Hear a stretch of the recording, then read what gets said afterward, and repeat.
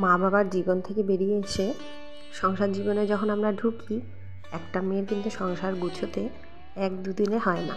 কারণ এক পরিবেশ থেকে এক পরিবেশে এসে সব কিছু ম্যানেজ, সবার সাথে মিলমিশ, সেই সব কিছুর প্রয়োজন আছে। একটা পুরুষ মানুষকে কিন্তু সেগুলো কিচ্ছু করতে হয় না। আমরা মেয়েরা সব ছেড়ে এই অন্যের পরিবারে এসে, অন্যের সংসারে এসে, যেখানে কিন্তু আমাদের কোনো রক্তের সম্পর্কই থাকে না, তাদেরকে নিজের মানুষ বলতে হয়। আর নিজের মা বাবারা তখন নাকি পর, যাদের থেকে আমাদের সৃষ্টি হয়, যাদের থেকে আমরা এই পৃথিবীর আলো দেখতে পারি, তারাই নাকি আমাদের পর। সেই যাদের সাথে রক্তের সম্পর্ক নেই, তারাই নাকি আমাদের আপন। এটাই হচ্ছে ভবিতব্য একটা মেয়ের জীবনে। নিজস্ব সব কিছু ছেড়ে অন্যের জিনিসকে আপন করা, এটাই আমাদের নিয়তি, আমাদের জীবন। তাহলে ভাবুন, একটা মেয়ের যদি এত কিছু করেও যদি একটা পরিবারে যদি সম্মান না থাকে, তাহলে আর তার সবথেকে বড় দুঃখের জায়গাটা তো, কষ্টের জায়গাটা তো সেটাই হলো না। আজকালকার সমাজে মেয়েদের কিন্তু সেই সম্মানটুকুও নেই। যে ইনকাম করতে পারে যেই নারীরা, তাদের দেখবেন অনেক সম্মান, সে যে কোনো জায়গায়, কারণ সে নিজের পকেট থেকে টাকা বের করতে পারে। সাধারণ গৃহিণীদের সেটা থাকে না। হ্যাঁ, অনেক পুরুষ আছে যারা নিজস্ব নারীকে সেই সমস্ত কিছু দিয়ে যত্নে রাখে। নমস্কার, কেমন আছো তোমরা সবাই? আশা করছি সকলে খুব ভালো আছেন। সঙ্গীতার ঘরকন্যা আইটি ব্লগে আর একবার আপনাদের স্বাগত। যে যেখান থেকে আমার ব্লগটি দেখছেন, যদি কোথাও ভালো লাগে অবশ্যই আমার চ্যানেলটি লাইক, শেয়ার, সাবস্ক্রাইব করে আমার পাশে থাকবেন। তো চলুন, তোমাদেরকে সাথে নিয়ে আজকের এই যে নতুন দিন, নতুন একটা ব্লগ শুরু করলাম। এখানে বিছানার কাঁথাগুলো পরিষ্কার পরিচ্ছন্ন করে নিচ্ছি। আজকে যেহেতু বললাম না যে অসুবিধার কারণে নারীদের যেটা হয়, তো এখন পরিষ্কার পরিচ্ছন্নতা থাকতে হবে। এখন বিছানাগুলো সব চেঞ্জ করে নিলাম, এগুলো ধোয়া কাছা করতে হবে, ঘর-টর মোছা কোছা করতে হবে। আর এদিকে তো প্রচণ্ড ব্যস্ত, আমরা যেহেতু গ্রামের মানুষ, তো তাও নিজের ঘরগুলো একটু ভালো করে রাখার চেষ্টা করি। তো চলুন, এই যে আমার বিছানা গোছানো হয়ে গেছে। এইভাবে সাধারণভাবে একটু গুছিয়ে নিলাম, যাতে বাইরের লোকজন এসে না বলতে পারে যে ঘরটা অপরিচ্ছন্ন বা পরিষ্কার না। তো চেষ্টা করি নিজের ঘরটাকে সুন্দর করে রাখার। তো এই যে জানলাটা তো লাগিয়ে দিয়েছিলাম, যাতে আলোটা অন্ধকার হয়ে যাচ্ছিলো ঘরটা ক্যামেরায়। এই যে খুলে দিলাম। আর এই যে আরও ধান আছে বাইরে, তো এখন আপনাদের দাদাভাই নিয়ে আসছে এগুলো এখানে। আর এই যে এখন ক্লিপটা লাগিয়ে দিচ্ছি। যেগুলো আমার বাড়তি ক্লিপ থাকে, কাঁকড়া ক্লিপগুলো একটা করে দাঁত ভেঙে টেঙে গেলে সেগুলো আমি ফেলে দিই না, সেগুলো এইভাবে জানলা দরজার পর্দার কাজে লাগাই। এখন রান্নাবান্না এদিকে চাপিয়ে দিয়েছি। তো আজকে করব আমি লাউ দিয়ে, মুগ ডাল দিয়ে লাউ খিচুড়ি। তো সেটাই তোমাদের সাথে শেয়ার করবো, আর দেখতে থাকুন সারাদিনে আমি কী করছি।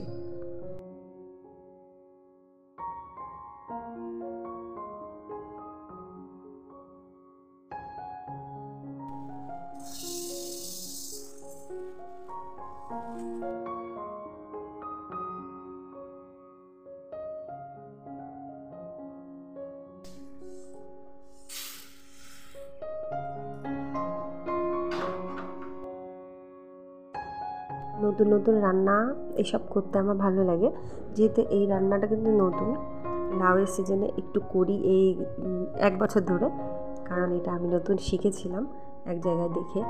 তো যাই হোক, সেটা করার চেষ্টা করি, তো ভালো লাগে খেতে। আর হচ্ছে মুগ ডালের সাথে কিন্তু মিষ্টি কুমড়ার হচ্ছে আগা পাতা, লাউয়ের আগা পাতা, এটাও ভালো লাগে মুগ ডালের সাথে দিলে। তো এই সবজিটা আমার কাছে অত্যন্ত প্রিয়, ভালো লাগে। তো এটাই তোমাদের সাথে আজকে শেয়ার করছি। আমার হাজব্যান্ড, ছেলে, ওরা তো অতটা টেস্ট ওইভাবে খায় না আর বাড়িতে, তো ছেলেকে যা দিব তাই খায়। তো আপনাদের দাদাভাই নতুন নতুন শিখছে আমার হাতের নতুন নতুন রান্না খাওয়া। এই বাড়িতেও কেউ খায় না, ওই বাড়িতেও কেউ খায় না, তো আমি নতুন শিখেছি, তো এটাই তৈরি করছি। আর এই যে বাড়িতে যে দুধের আমি ঘি তুলেছিলাম, তো সামান্যই হয়েছে, বেশি আমি করিনি, কারণ বেশি দিন না দুধের সরগুলো জমাতে জমাতে কী হয়, দুধের সরের মধ্যে না পোকা পড়ে যায়। তো সেই পোকাটা দেখলে একটু শরীরটা ঘিনঘিন করে। তো সেই জন্য যতটুকু হয়েছিল তার মধ্যে আমি করেছি, বেশি দিন রাখিনি। বেশি দিন জমাতে গেলে ওই পোকার জন্য হচ্ছে আর ভালো নিজের তখন খেতে ইচ্ছে করবে না। তো যাই হোক, এই যে এইটুকুই হয়েছে, তাও একদিন আমরা খেয়েছি ভালো। বাড়ির যেটা একদম ফ্রেশ ঘি, সেটার তো কথাই আলাদা, সেটা দোকানের কোনো ঘিয়ের সাথে তুলনা করা যায় না। তো চলুন, এই যে রান্নাবান্নাগুলো হয়ে গেল, এখন ঘরের সমস্ত কাজকর্মগুলো আছে, এগুলো সারতে হবে। তো দেখুন, খিচুড়ি তো খিচুড়ির মতনই মনে হচ্ছে, শুধু চালটা বাদে সব কিছু আছে। এটা হচ্ছে লাউ খিচুড়ি। তোমরাও বাড়িতে বানিয়ে দেখো, ভালো লাগবে, অবশ্যই ভালো লাগবে। তো চলুন বাকি কাজগুলো করে নিই।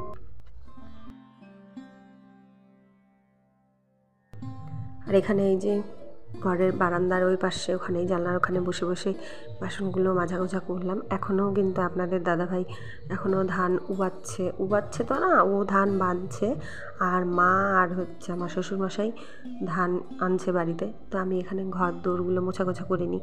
আর কয়েকদিন পরে তো ঘরগুলো আরও বেশি ধুলো হয়ে যাবে, কারণ পিছনে হচ্ছে ধান ঝাড়বে, ধান করবে, তো ওই জন্য ঘরগুলো আরও বেশি ধুলো হয়ে যাবে। এমনি গ্রামের বাড়ি তো ধুলো ময়লা বেশি হয়, কারণ সেগুলো তো আর ওরকম হাইফাই বাড়িঘর না, আমাদের সাধারণ নর্মাল বাড়িঘর।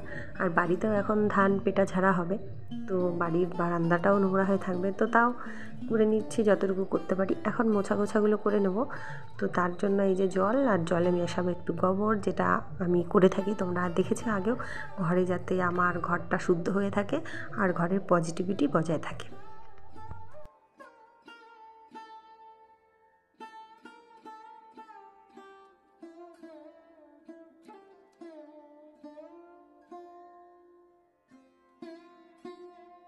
এই যে আপনাদের দাদাভাই ধান নিয়ে চলে আসলো, আর বলে 2টা আটি মতো আছে, আমি যেতে চেয়েছিলাম, তো আমাকে বললো আর যেতে হবে না, 2টা আটি মতন আছে, তো এখন বাবা গেছে, মা গেছে, ওরা নিয়ে চলে আসবে। আর এই যে আপনাদের দাদাভাই আর একটু যাবে।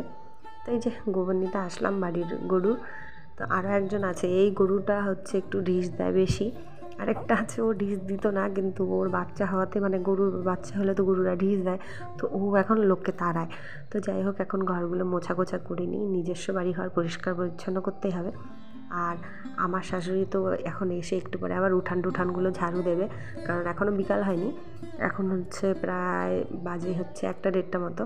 তো যাই হোক, আমাদের খাওয়া দাওয়া প্রতিদিন দেরিতেই আমরা খাওয়া দাওয়া করি, আমরা অত সকাল খাওয়া দাওয়া করি না।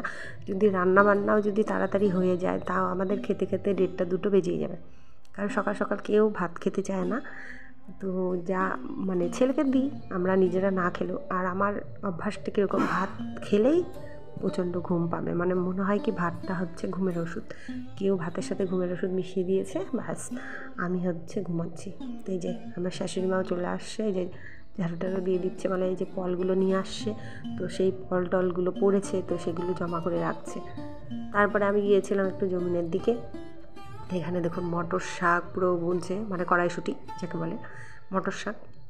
তো ওই যে ওইদিকে আমাদের জমি, তো ওখানে হচ্ছে ধান বাঁধাবাঁধি করতেছে, জমায় রাখছে, তো সেখান থেকে নিয়ে আসবে। তো আমি খুঁজতে এসেছি অ্যাকচুয়ালি আপনাদের দাদাভাইকে, এসে দেখছি ও নাই, কারণ ও আবার মাছ ধরতে যাবে, সেই জন্য নাকি কিছু করতে গেছে। তো যাই হোক, এখানে একটু বসে থাকলাম, তো এখন বাড়ির দিকে যাবো। এই যে একটু বসে আছি এই যে বাগানের পাশে, এটা কিন্তু আমার শ্বশুরমশাই আর আমার কাকা শ্বশুরের বাগান, আর সামনের দিকে আমাদের, এদিকে আমার কাকা শ্বশুরদের। তো এখন বাড়ির রাস্তায় যাচ্ছি, তারপরে স্নান টান করে বাকি কাজকর্মগুলো করে নিব। আরও কাজ আছে অনেক, যা আপনাদের সাথে এত তো শেয়ার করা যাচ্ছেই না। আর এই যে স্নান করে চলে আসলাম, এখন একটু সিঁদুরগুলো পরে নিই, তারপরে বাকি কাজগুলো দেখা যাবে। ঘরটার মোছা পরিষ্কার পরিচ্ছন্ন হয়ে গেছে, খাওয়া দাওয়া তো এখনও হয়নি, তার মধ্যে আজকে একদম খাওয়া দাওয়া হয়ও না, হতে অনেকটা দেরি হয়ে যায়। আপনাদের দাদাভাই তো না খেয়ে দিয়ে, মানে স্নান করে এসে একটু বিস্কিট মুখে দিয়ে ব্যাস মাছ ধরতে চলে যায়। তা এখন এই যে কাপড় চোপড়গুলো একটু শুকোতে দিই, যেইটুকু জল ঝরবে। এখনও কিন্তু খাওয়া দাওয়া হয়নি, আপনাদের দাদাভাই চলে গেছে, তো বসা তো হবেই, মন খারাপ তো হবে, কারণ তার জন্য অপেক্ষা করে আছি, সেই খেলো না, চলে গেল। তো যাই হোক, আমার খাওয়াটা আমি খেয়ে নিই, ও তো খেয়ে নিয়েছে। মাঠের দিকে মা একটু খাবার নিয়ে গেছিলো, মুড়ি তরকারি, তো তা খেয়ে নিয়েছে, ব্যাস আর কিছু খেলো না, এসে খাবে রাত্রেবেলা। তা আমি এদিকে আমার কাজগুলো সেরে টেরে নিচ্ছি, এখন আমিও একটু খাবো দুমুঠো। আর এখানে শাক কবে ফেলছি সেটাও তোমাদের সাথে শেয়ার করব, কারণ বীজ আনতে আনা হচ্ছিলো, হাটের দিন করে একা দোকান করবে না বীজ আনবে। তো যাই হোক, এখন এগুলো কাজগুলো সেরে নিচ্ছি। আর আমার ব্লগটা যদি তোমাদের কারো ভালো লাগে, অবশ্যই আমার চ্যানেলটি লাইক শেয়ার সাবস্ক্রাইব করে আমার পাশে থাকবেন। তো সকলকে ধন্যবাদ, টাটা, রাধে রাধে, ভালো থাকবেন।